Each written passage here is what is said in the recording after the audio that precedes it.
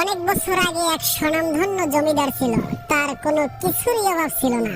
একদিন সে চিন্তা করলো, জীবনে অনেক কিছুই তো পেলাম, অনেক কিছুই দেখলাম, কিন্তু একটা জিনিস তো দেখলাম না। এই জিনিসটা দেখলেই আমার জীবনের সকল স্বাদ পূর্ণ হবে। যিনি আমাকে সৃষ্টি করলেন, আমাকে ধন সম্পদ, স্ত্রী পুত্র আর ভোগের সামগ্রী দান করলেন, সে সৃষ্টিকর্তাকেই তো দেখা হলো না। সুতরাং যেভাবেই হোক তাকে দেখতে হবে। জমিদার বাড়ি থেকে বের হয়ে এক ব্রাহ্মণ পুরোহিতের কাছে গিয়ে বললেন, আমি সৃষ্টিকর্তাকে দেখতে চাই, আপনি কি আমাকে দেখাতে পারবেন?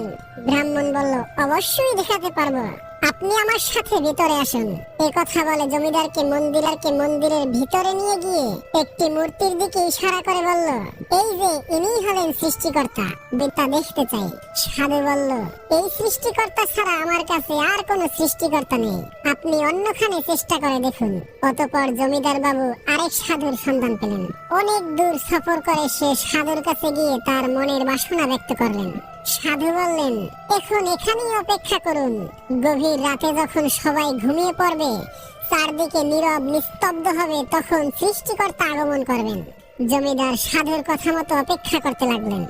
রাত্রি যখন গভীর হলো, তখন তাকে নিয়ে সাধু মন্দির থেকে বের হয়ে দূরে দিগন্তের দিকে আঙ্গুলের নির্দেশ করে বললেন, ওই যে দেখেন একটা আলো এদিক থেকে ওদিকে যাচ্ছে, ওইটাই হচ্ছে পরমেশ্বরের জ্যোতি, জীবন্ত